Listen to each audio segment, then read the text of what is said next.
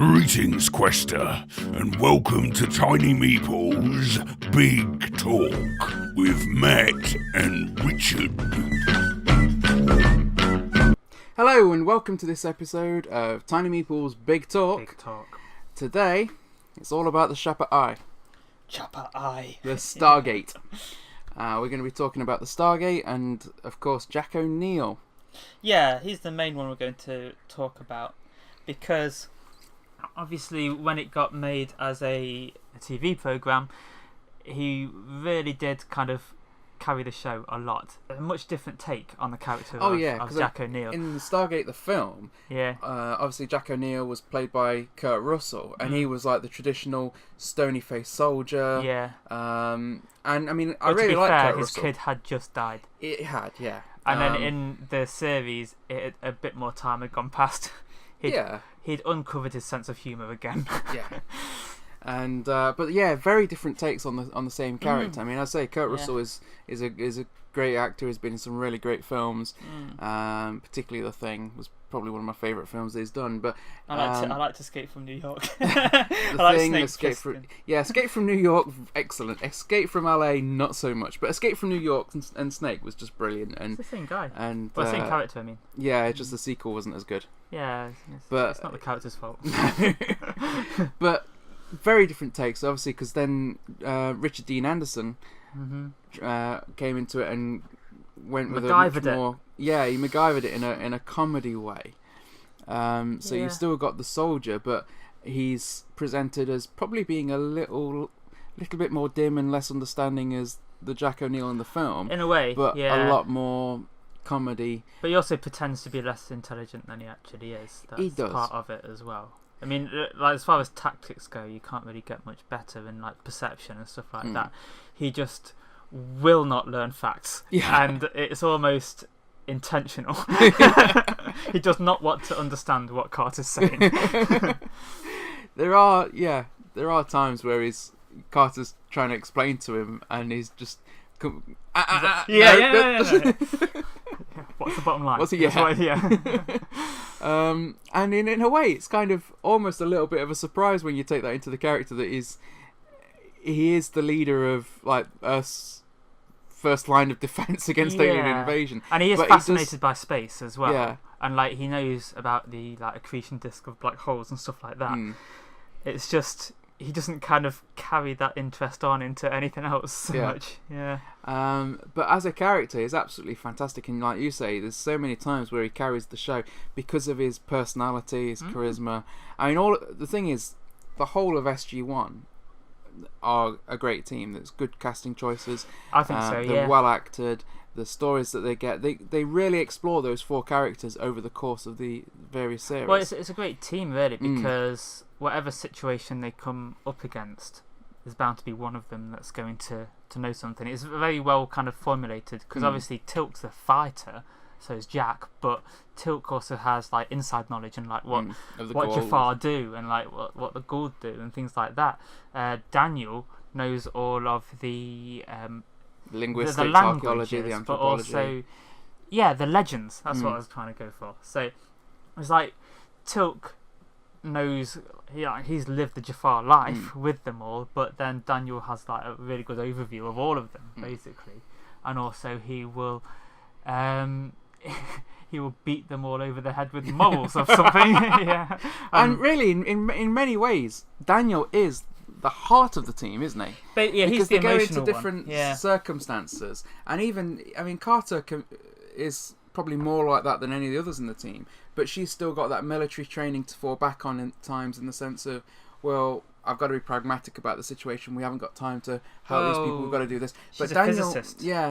Daniel always comes through and makes the team care more, and he's like the conscience of that team. Probably more so than any others. Except when he's been made evil by overuse of a sarcophagus.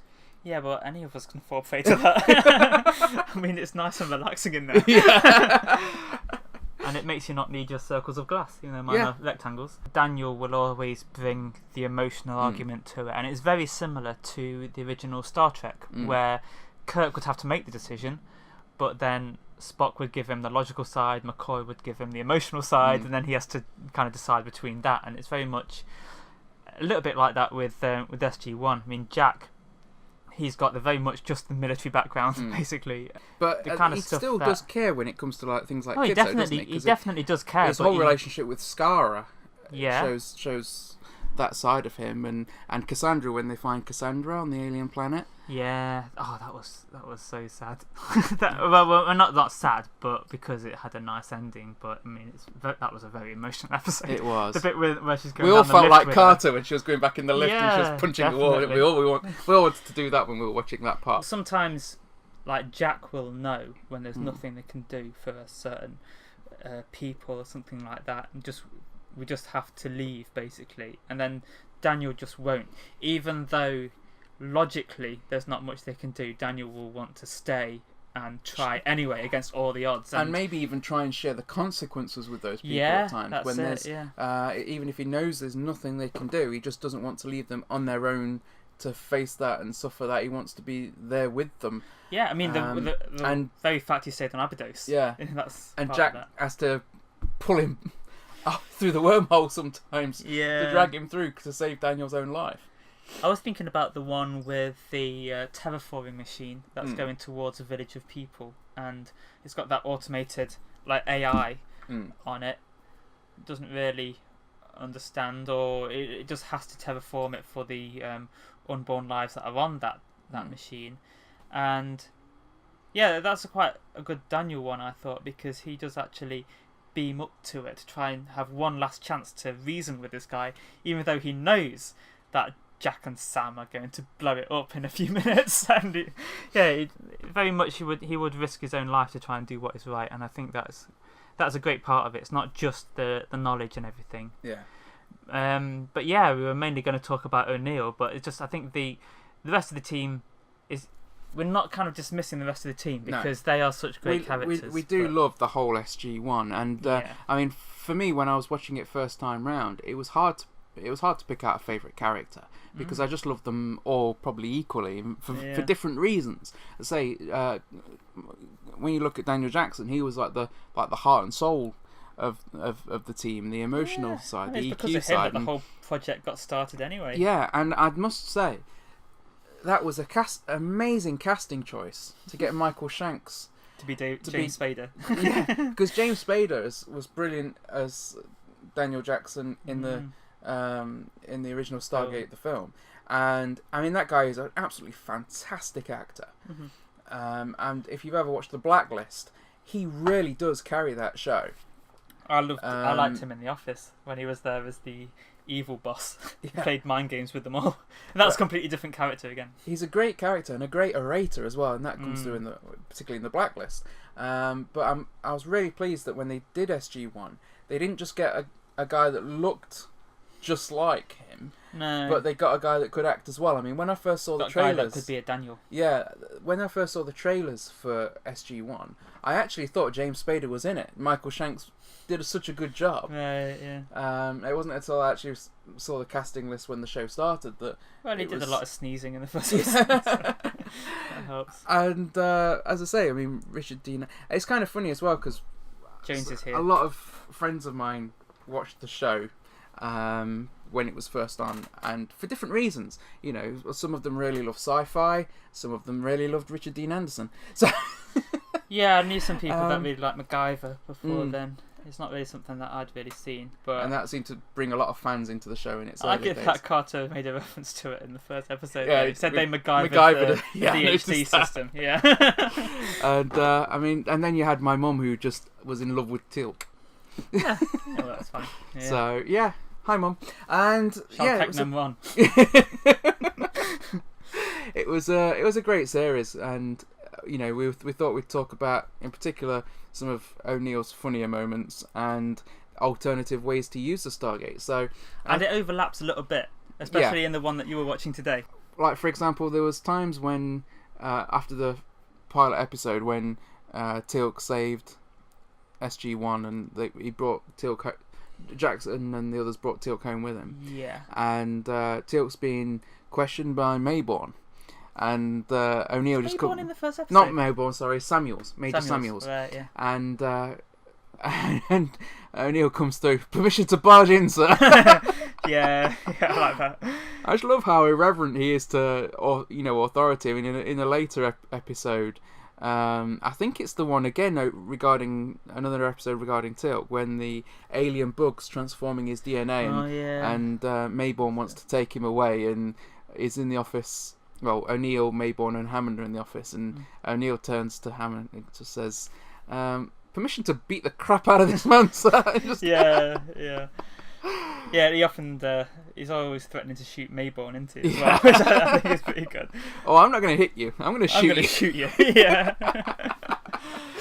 But yeah, definitely doesn't like him. No, Mayborn was another character with an interesting story arc and progression in that show.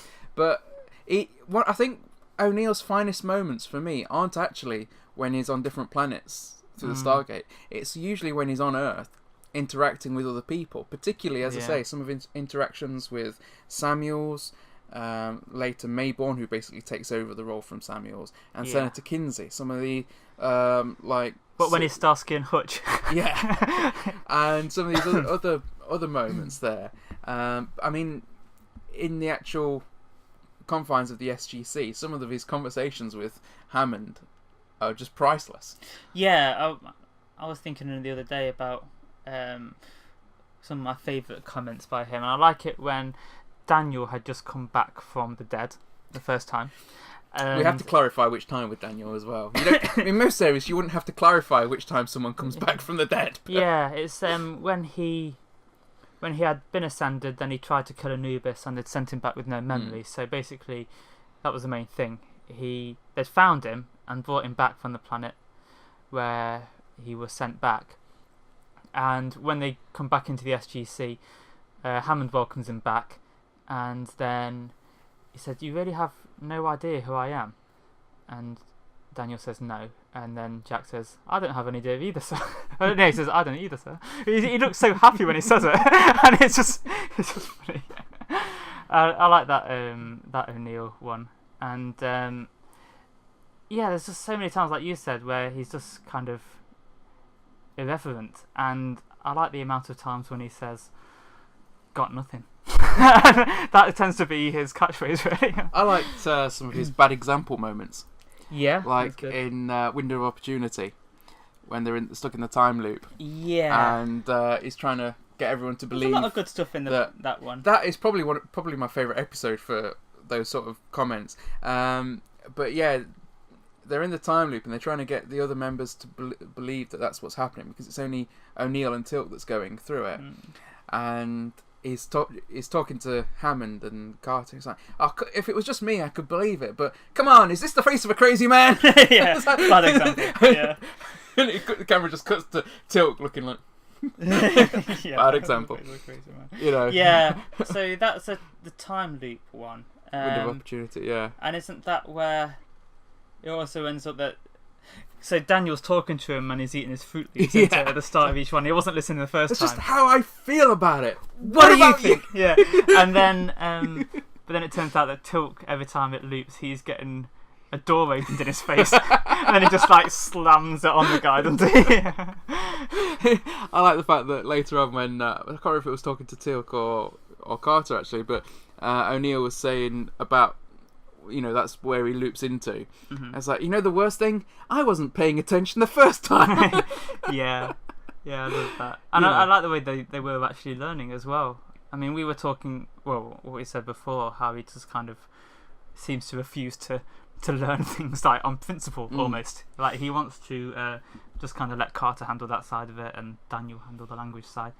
But in that one, Daniel actually just teaches them loads, doesn't he? And the only way they can retain the knowledge is like in their head. But I love the way they're just kind of messing around like naughty kids in a school and just spinning around on their chairs. Right at the start of that episode, he was asking Carter questions, wasn't he? Because he was like, "Why is it called a wormhole? Where does the worm come in?" Yeah, I was a bit more interested in it. Yeah, but there's also a bit in that where they're being examined by Dr. Frasier. Yeah. And O'Neill's there going, what in my eye could possibly explain this? But that's after there's been so many scenes where Dr. Frazier's just looking in his eye into it. Yeah. I thought that was pretty good. I love the way that you see Jackson taking the mick out of O'Neill as well. Yeah. There's a few times where he just goes, Daniel. And he goes, Jack. Daniel. Just kind of, yeah. I like the way those two get on because they're so different. But they do get on, and it's nice. I just fancied earlier today watching Window of Opportunity because it always makes me laugh a lot. And there was a scene in there where one of the episodes where they're having a briefing. Yeah.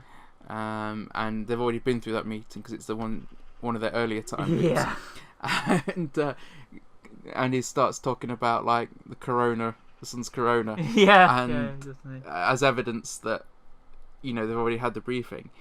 And Carter says, "Oh, he says to them, well, how would I have known that if we hadn't already had the meeting?" And Carter says, "Oh, maybe I don't know, maybe you read it in my report." And Jackson says, "Maybe he read it in your report." Yeah, and just pulls a face. Because I've been watching the ones when he's the general, and there's a bit where he kind of. They're a bit worried about Carter because she's been a bit kind of quiet, and it's the one where she's kind of worrying about Pete a bit, and she's kind of up late, and Jack kind of comes up to her and says, "Carter, I can't believe these words are going to come out of my mouth, but I need that report." Just like that. And then after they've been talking for a while, he just kind of says, "Carter, I was just joking. I don't really need the report." And he wasn't that seems more anyway. like him. Yeah. But one of the more recent ones that I really like, this is one of the last few when he was a colonel, and I think it was a last little nice little O'Neill moment, was when he was trying to do that crossword, because he and Carter had this bet that he couldn't finish this crossword, and they had this really important meeting they had to be at because Anubis was going to attack Earth and stuff, but Jack was outside in his truck finishing the crossword so he could give it to Carter, and he'd already phoned Daniel in the morning to get some help with it, and then when he gave it to Carter, she was, I can't remember which element it was. I think it was beryllium. I'll have to look up the thing. But she says it asks you the atomic weight of it, and it says the answer's 10. You wrote fat. It's just that is so Jack. Yeah. And there is, I think in a way, there's an element of Jack being the everyman in that show. Because Carter's got. I wish I was O'Neill. But Carter has got the intellect because she's an experimental astrophysicist. Yeah. Daniel's the archaeologist, the linguist. I mean, they're the both scientists, but in very different fields. Different fields. Yeah. Obviously, teal'c is there. He's obviously not got a great knowledge of Earth culture. But he knows so much about the Jafar, the Goa'uld system lords. He knows a lot about funny films, though, doesn't he? Yeah. Whereas O'Neill is kind of like us in that situation. He kind of like represents the viewer. He's asking the questions that we want to ask, like, what does this mean? What's the bottom line here? Shooting the aliens we want to shoot. Yeah. Stuff like that. So, what about all the girls he keeps meeting? Yeah. It's not quite Kurt. He's had some quite funny, probably as much as Jackson. Jackson seems to have a girl on every planet at times. But I like how when O'Neill points it out. It's like Daniel, you dog. Keep this up, you'll have a girl on every planet. That was when he was turned into a Neanderthal, wasn't it? Yeah. Yeah. That was cool. Shortly before he ended up agreeing to marry the queen of another planet. He does seem to get a lot of girls. Does Daniel? Hathor. Yeah. Oh, that was a funny scene, wasn't it? When that DNA. Most of that DNA will be mine. Ew. One thing I have to mention about O'Neill is also the pond with no fish. Yeah. That he keeps taking them to. But it does turn out to be a fish at one point. Pesky fish. Because he's there with Carter, and you see he's reeling his line in, and then all of a sudden this fish jumps out of the water. Yeah. I thought you said this pond had no fish. He goes, mostly. There's just some really great stuff. I found how much teal'c hated the fishing as well. Yeah. But it's nice that they turned up. The last one I watched, the last but one, they were all at the little fishing pond, and it's just nice to have them all kind of hanging out, doing stuff that the others of them hate, but Jack likes for some reason. It's just relaxing. So if you want to watch a TV show that's got some really good different topics. Because I mean, even in series 1, there were so many different themes coming through that series. It's got good internal harmony. That's what I like about Stargate. I mean, if they come up with an innovation in one episode, they don't tend to forget it in another one. It kind of carries over. They are trying to find new technology to be able to use to fight the Goa'uld. There's a few things you have to kind of get over earlier on, like the fact that everybody speaks English, stuff like that. But I'll come back to that in a moment. I know there'll be ridiculous things where people can say why it works, but it's just a thing in the program, and you forget after a while, and you don't mind so much. Well, yeah, well, there were different theories as to why that happened. Yeah, but they're all stupid. I've read a few of them. Well, I'll come to that in a second. One used to be that just the fact that you couldn't have Daniel learning a new alien language every episode. That's it would just slow obviously it down. why. That's obviously why. Because it's 45 minutes an adventure. But also the show's producer said that when you could travel through the Stargate, obviously your molecules are dismantled, aren't they? And then, much like the transporter system in Star Trek, you're disassembled and then you're reassembled on another planet. Yeah. But the Stargate system, when you're reassembled, it incorporates tiny molecular nanites into your bloodstream, which act as like a translator as you go through to that planet. If you want that to be it, say it in the program. Yeah, it was never really said in the program. That's because he made it up off the cuff to try and explain away the very logical production reasons why they didn't have different. It never bothered me, to be honest, because it sort of it bothers you on the third episode. That's the point where you realise, hang on a minute, everybody's speaking English. For me, anyway. Because in the first episode, people were speaking Goa'uld as well, and it wasn't quite so obvious. But I think it's on the third one. There's all the Mongolians who try to steal where Carter. I first thought about why the Mongolians speaking English. It kind of slaps you in the face on that episode. But then after a few more episodes, you are just kind of into the story. And like I say, the internal harmony is what's more important. I used to think, because they had the iris, didn't they? That closed over the Stargate. And obviously, as the unstable vortex was rushing out towards people from the gate, it just evaporated everything in it. Why doesn't that just go straight through the iris?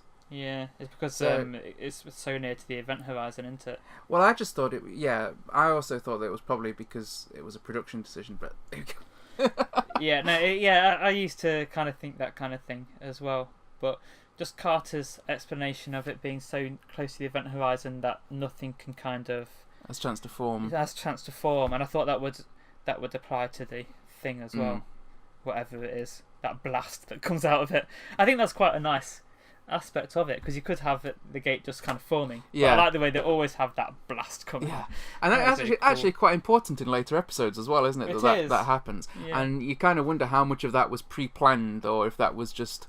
It's just an effect in the film, I think. And but it just looks cool. It always just looks cool, though, doesn't it? It does. Yeah. And the most recent one I watched, which I meant to mention earlier, because I watched it yesterday, and it is one that I've always remembered. It's when it turned out he'd been having visions of the life of a barber for years. This barber had been having visions of O'Neill's life, and then it turns out, so, well, you must have been having visions of this guy's life as well. And it turned out he had, and he just hadn't mentioned it to anybody. For like 7 years or something. Yeah, that was good. And I've always remembered that as well, because when you watch the series after that, and you watch it from the first series, you kind of thinking, like, this has already started at this point. I just think that in his spare time, and he was having these not flashbacks, just these visions of this guy's very ordinary life, and as he said in season 8, he found it relaxing. So I think if you are being shot at by alien aggressors on a weekly basis and saving the Earth frequently, and you're watching one of your best friends constantly die and come back to life,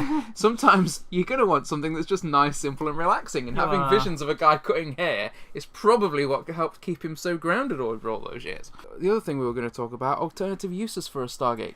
Oh yeah, innovative. The thing I thought about was on that Mitchell and Webb sketch, where there's it's on the Mitchell and Webb sound, where there's like an office, and they've got their own Stargate, and they keep being these announcements about what not to use the Stargate for, like for throwing your rubbish through it and everything, and not bullying the aliens on the other side, not urinating into the Stargate, things like that. But I just kind of thought that using it to get rid of rubbish. I mean, if you knew it was opening out onto like near the surface of a star or something like that, well, this is you could dump all of Earth's rubbish into it, and you'd know it was going somewhere where it just get incinerated. I mean, I was thinking because it was quite interesting actually at the time. In one of the later episodes, you see one of the shuttles go through a gate and come out in space, and they've got like a Stargate in space. But that happens all ships. the time on Atlantis, doesn't it? Yeah. You have the puddle jumpers that just go through, and they have to check whether the gate is a land one or an orbit one before they go through it, don't they? And that was something that was more it was a regular thing on Atlantis, but it only ever happened like very, very rarely in Stargate SG-1. And I thought if you had a Stargate that opened up near a sun, that you could just use it to dispose of your waste and everything. Or have a landfill planet. You just when it finally gets so chock-a-block that it starts to collapse near the Stargate. Every time the Stargate punches, it opens up new space for more rubbish. Yeah, it does, doesn't it? Yeah. And of course, playing golf.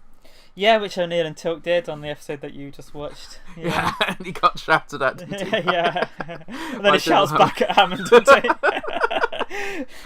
That is one of my favourite episodes. But yeah, there's other things as well. Friend of mine, Bryony, made the point you could send through people that were annoying. You could do. People that were being naughty in thy sight. Which they did do in Stargate sometimes. Yeah. I mean, they let Mayborn stay through the gate, didn't they? Even though he'd kind of snuck through or something. And Anubis, when he kind of turned up as like a weird entity that was jumping between different bodies, then they let him go through the Stargate, but he was on that frozen world and he just froze solid on the other side. I was thinking it would be great for talent shows. So, for example, I mean, you get like shows like The X Factor and Pop Idol, and you see people going on there convinced they can sing, and all their friends and family are like, "Oh yeah, you know, you're a great singer. You know, believe in yourself. Go on this show and compete." I think people would be a lot more hesitant to, encourage people to sing if the people that failed were being sent through to a replicator planet. Yeah, well, that's just an execution. I mean, you could just have a firing squad. It's not technically an execution because you're not killing them. You're just sending them to another planet. Yeah, we could. Okay. So you're like the Starks because you're not swinging the sword. I think it's it would be interesting, wouldn't it? I'd rather not use it to kill people, to be honest. Well, you could send them through to be, hosts for the Tok'ra or for the Goa'uld. For the Tok'ra. Yeah, I really like the Tok'ra. I do like the Tok'ra. Yeah, Jack hates them. And there's a lot of possibilities with a Stargate. I think one of the problems with it is that it is only one way. And that is, I think it's good that the Stargate has that limitation, because otherwise there'd be all kinds of crazy uses for it, wouldn't there? I mean, you could just imagine playing like tennis or something through the Stargate. Yeah, I mean that would be do a two-way cool. Stargate. Yeah, obviously communication's pretty good because it goes two ways, doesn't it? Electromagnetism can go through it two ways, so you could use it to, like, even if you weren't going through it, use it to communicate with people on the other side of the world, of the universe as well. I think the other limitation of it is that you can only basically have one per planet, can't you? Because it kind of goes to the nearest one. Yeah. I know Earth's got two, but if you try to dial the other one, you get the busy signal, as they call it. So you have to think of like going somewhere far enough away, don't you? So you can actually use the gate. But I think there has been some innovative uses of it in the program itself, like when Carter basically used it to blow up a sun by like dropping an open gate into the corona, into the mantle of into the sun, and it drew the energy through. It drew enough matter in that it kind of changed the Schwarzschild radius and kind of collapse it and make it kind of supernova. I think it did. So I thought that was quite innovative in one way. There's not many everyday uses you can have for it. It's too big and unwieldy. I thought what was interesting was because there was an episode in, I think it was series Series 1 with the prison world. Yeah, where they were feeding people through it. They were feeding people through it, so you could use it as a food delivery system. Yeah, you could. Imagine if you could like miniaturize the Stargate technology, so it could be within a planet, and everyone had one in their house. Yeah. Deliveries would be instantaneous. You could order a pizza and it'd come flying through a wormhole. Yeah, Soup would be a problem. Well, it wasn't a problem for them guys. Just had the trough. No, you had the trough when it came down. Which is a bit weird because you could have inescapable prisons, couldn't you? You could. Yeah, I mean, it didn't work so well for them guys, but because you just don't send a genius through. Yeah, don't send that destroyer of worlds through there. That did give me another idea about disposing of things you don't want. Rather than sending it somewhere else, you just dial it up and throw whatever you don't like into the big splash that comes out, because that does completely destroy the thing, doesn't it? I think some radiation comes off, but it doesn't seem to be harmful, does it? Because not if you're not in the splash. If you're in the splash, it's pretty harmful. Well, I just mean to be around. Oh, right, yeah. Because no one was getting Stargate sickness, were they? Yeah, this is the thing. I mean, the amount of times when loads of Jafar or somebody slams into the iris, and obviously they're gone. Yeah. The matter had to go somewhere. I mean, it came through. Radiation comes off because you can scan the radiation that comes off the iris. But obviously, it's not harmful because otherwise they would all be ill. The amount of times that's happened. So, yeah, I think you could use the main innovative use. I think is to destroy things on the Stargate. Yeah, it does have brilliant destructive capabilities. Yeah, but I think the ordinary use of the Stargate is the best, just going between different worlds. And the fact that they were set up by the ancients and they're all put on planets with an atmosphere and ones where humans can survive for the most part. Because even the ones that they go through that aren't actually inhabitable were habitable when the Stargate system was originally put in there. It's just the natural planets. So out of the billions of planets that there are, I mean, they all lead to ones that you can actually survive on. So yeah, and I love all the worlds that they go to. And they're so often in a beautiful forest, aren't they? And it'd be nice just to be able to have your own Stargate and just go to different places like that for a holiday. Like whenever you feel like I'm off to P3X181 or whatever. I quite liked it as well when the Russians got the gate. What, and they had that water world on the other side with the energy coming out of it. That was pretty cool. I like that. Yeah. That was cool. But yeah, as I was saying, there are definitely. I mean, it's quite interesting the way they explored some of those innovative uses in I think there was more innovative uses in Atlantis when I think about the stuff McKay did with it, like making that bridge between galaxies. So basically, just dropping gates in between the Milky Way and the Pegasus galaxy, and then you go through the buffer. You kind of walk through one gate, and then you just kind of forward it to the buffer of each one until you get to Earth, and you just come out of the gate. That was a really cool idea. And there are. I mean, I do think that when you look at the gate, it's a beautiful thing to look at as well, with the different symbols, the chevrons. I mean, they keep calling it an ancient artifact, don't they? Like, it does look like that. Yeah.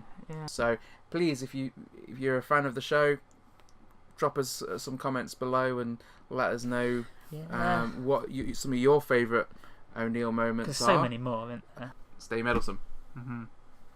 Farewell, Quester.